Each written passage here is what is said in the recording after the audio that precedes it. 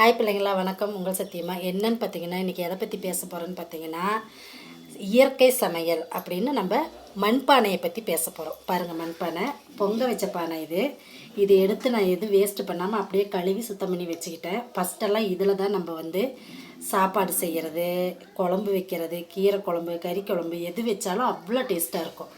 இப்போ குக்கர் வந்துருச்சு. இப்போ நம்ம குக்கரில் சாப்பிட்டோம்னா என்ன ஆகுதுன்னா, வாயு பிடிக்குதுன்றாங்க. அது சுகர் பேஷண்ட்லாம் நிறைய சாப்பிடக்கூடாதுங்கிறாங்க. ஏன்னா அது கேஸ் வெளியில் போகாமல் வாயு பிடிச்சிக்கும். ஆனால் இது மண்பானையில் செஞ்சிங்கன்னா அவ்வளோ ஒரு அருமையாக நல்லாயிருக்கும், டேஸ்ட்டாக இருக்கும். இப்போ இது குழம்பு வைக்கலாம், சாப்பாடு செய்யலாம்.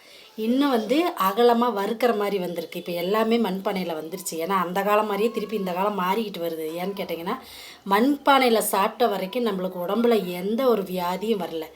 நல்லா செழுப்பாக இருந்தோம். இப்போ குக்கரு, அப்புறம் அது என்னமோ சொல்கிறாங்க, அது சாப்பாடெல்லாம் மேக்கிங் குக்கராக அதெல்லாம் போட்டு ரெடி பண்ணி வச்சிட்டோம்னா 5 நிமிஷத்தில் ஆகிடும். அதெல்லாம் அவசரத்துக்கு செய்கிறது. ஆனால் நம்ம டேஸ்ட்டாக அமைதியாக உட்காந்து ருசித்து சாப்பிட்ணுன்னா இது மண்பானையில் செஞ்சு சாப்பிட்டிங்கன்னா அவ்வளோ நல்லா டேஸ்ட்டாக நல்லா இருக்கும். ஒரு தடவை ட்ரை பண்ணி பார்த்துடலாமா? ஓம் சக்தி, அங்காள சக்தி. நல்லதை மட்டும் நினைப்போம், நல்லதே நடக்கும்.